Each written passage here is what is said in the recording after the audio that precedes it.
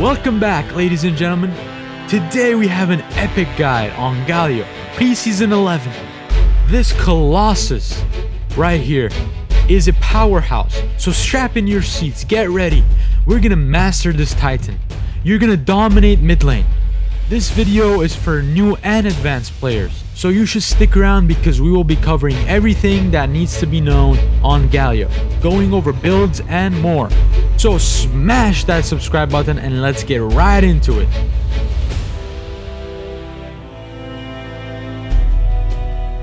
GALIO is a mid-range magic counter tank. His passive grants him an AoE on hit periodically. He has a double strike projectile skill shot that converges at a ground location to become a dot tornado, an AoE self-targeted taunt that increases duration the longer he charges it before casting, and passively grants him a magic damage only shield, and a dash punch that knocks up his enemies. Lastly, we have an extremely long range ally targeted jump that knocks up in a wide area upon landing with a fairly large warning symbol. GALIO is bad against Kiana, Twisted Fate, Katarina, Vladimir, Zoe, and Syndra. These champions counter GALIO. However, on the other hand, GALIO is good against Silas, Malzahar, Cassiopeia, Lux, and LeBlanc. So in this game, I am going against Katarina. On paper, this is a very bad matchup for GALIO, but I want to showcase that it is not entirely impossible to win against all these bad matchups that we see. The key is knowing how to play against these champions. For example, against Katarina, it is often best to save your Qs for her Qs, seeing where she lands her Qs so you can counter that with your own Q because it does create a tornado. And with that being said, playing aggressive against Katarina is our key to success here. Now you see that I had some favorable trades in the early game, and we can actually go for the first blood. So here we can go in for the kill.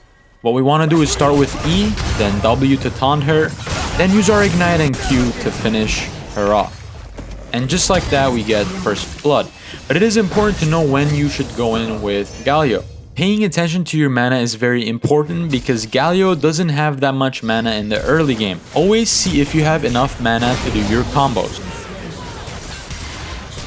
GALIO's ult can change outcome of fights. It's always good to pay attention to the map if your allies need you. Over here, Warwick needed my help, and like so, we took out Nocturne easily and changed the tide of the fight. Another thing about GALIO is that he is a strong diver. When you are in mid-game, you should consider diving your opponents if they are under their turret, but it is kind of risky to do so if you are a beginner. Always be cautious when you're diving.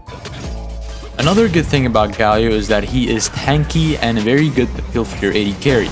But also what that makes him is a very tanky guy that you can't really dive under his turret. So if you're playing GALIO, feel safe under your turret. Even if you're getting dived by 2 or 3 players, you can easily trade for 1 player if you have a Zonias and you play it right.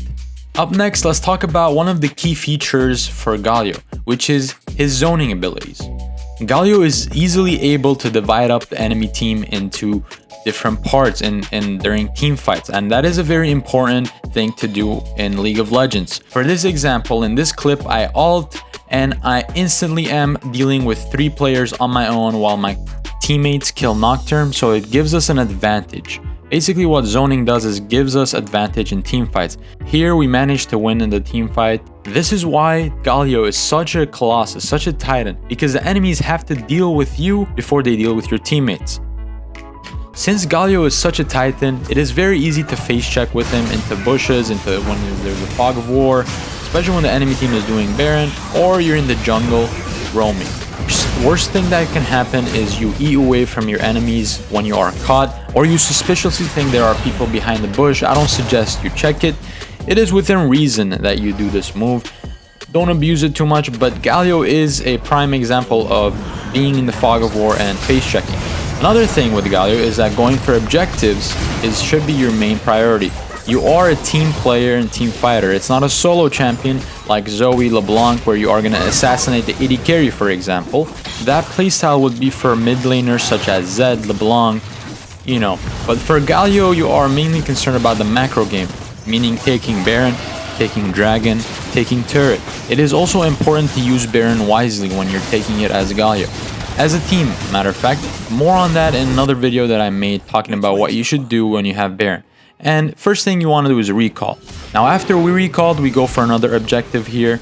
Because we have gold in our pockets, we can buy items. That's why recalling is good on Baron. But once you come back in another team fight, it is important to get objectives. Even though we don't have our jungler here, I can smash the dragon with my passive. So a good tip is to save your passive when you are stealing dragon or Baron. And lastly, let's talk about build. On Galio, there are many things that work and many things that don't work. It is up to you to decide what to build against your enemy team. You are the player, you are the summoner who gets to decide what should you do best in order to win the game.